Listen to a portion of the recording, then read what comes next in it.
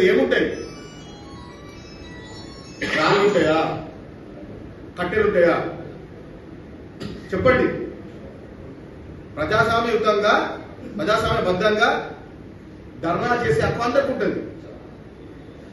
కానీ మీరు రౌడీజం చేస్తే, మీరు రాజకీయం చేస్తే, రౌడీ రాజకీయం చేస్తే చూసుకుని ఊరుకోవాలనా?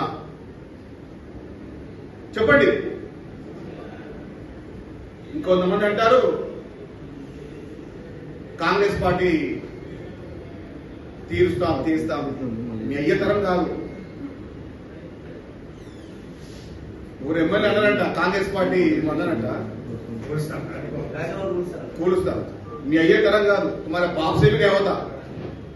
तुम कौन से खेत के बोले हमारे मालूम क्या? बहुत చెంచా है गए अब तक गांधी भवन के सामने से. ఇలాంటి చిన్న చిన్న కుక్కలు వచ్చిపోయినాయి. గాంధీ భవన్ గేటు తాకలేదు.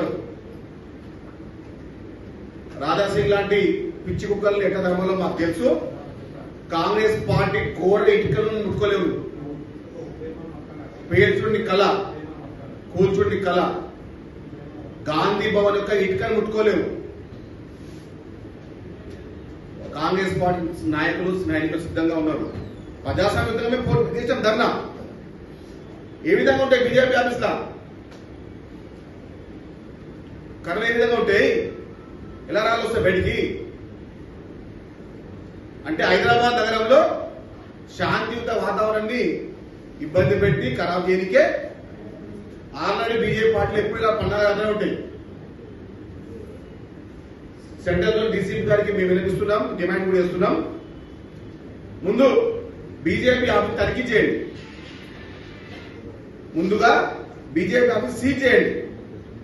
ఏ విధంగా మారణ ఆయుధాలు బయటకు వచ్చాయి? ఏ విధంగా కర్రలు కట్టలు బయటకు వచ్చాయి? పార్టీ ఆఫీసులో ఏమన్నా కర్రలు కట్టు ఉంటాయండి? ఒక గుండాజంగా ఒక రౌడీజంగా చేసుకుంటూ హైదరాబాద్ నగరంలో ఒక అడ్డగా ఏర్పాటు చేసుకుంటూ